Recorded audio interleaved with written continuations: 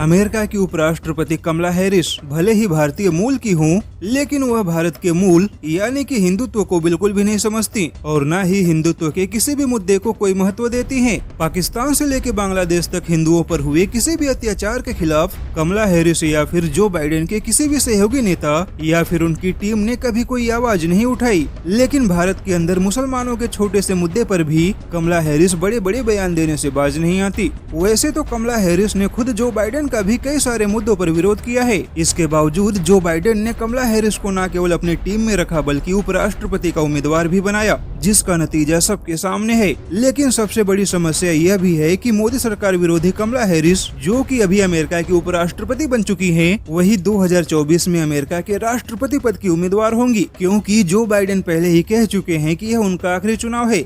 ऐसे में कमला हैरिस के साथ डील करना और कमला हैरिस को भारत के विदेश नीतियों का सख्त संदेश देना मोदी सरकार की प्राथमिकता होगी। वहीं अमेरिका के जानकारों ने यह दावा भी कर दिया है कि मोदी सरकार और कमला हैरिस के बीच बहुत ही टकराव देखने के लिए मिल सकते हैं, क्योंकि मोदी सरकार के फैसले कमला हैरिस को पसंद नहीं आते और कमला हैरिस भारत के खिलाफ कोई बयान देंगी या फिर कोई कदम उठाएंगी तो उसे मोदी सरकार बर्दाश्त नहीं करेगी। ऐसे में जो बाइडेन तक तो ठीक है, लेकिन कमला हैरिस बिल्कुल भी भारत के लिए ठीक नहीं है। और अगर उनके पिछले बयानों को देखा जाए तो उनके सारे बयान भारत विरोधी रही हैं। वैसे मोदी सरकार ने भले ही जो बाइडेन और कमला हैरिस को जीत का बधाई संदेश दिया हो, लेकिन मोदी सरकार और कमला हैरिस का टकराव 2021 में दिखाई देगा, जब शपथ ग्रहण के बाद आधिकारिक रूप से कमला हैरिस को उपराष्ट्रपति के सारे अधिकार मिलेंगे। वैसे विदेश मंत्री एस जयशंकर ने भी अमेरिका को दो टूक संदेश दे दिया है कि दबाव में आकर भारत अपने संप्रभुता से समझौता नहीं करेगा, और यह संदेश मोदी सरकार ने डोनाल्ड ट्रंप को भी दिया था, जिसका नतीजा था कि डोनाल्ड ट्रंप ने भारत के आंतरिक मुद्दों पर कोई हस्तक्षेप नहीं किया।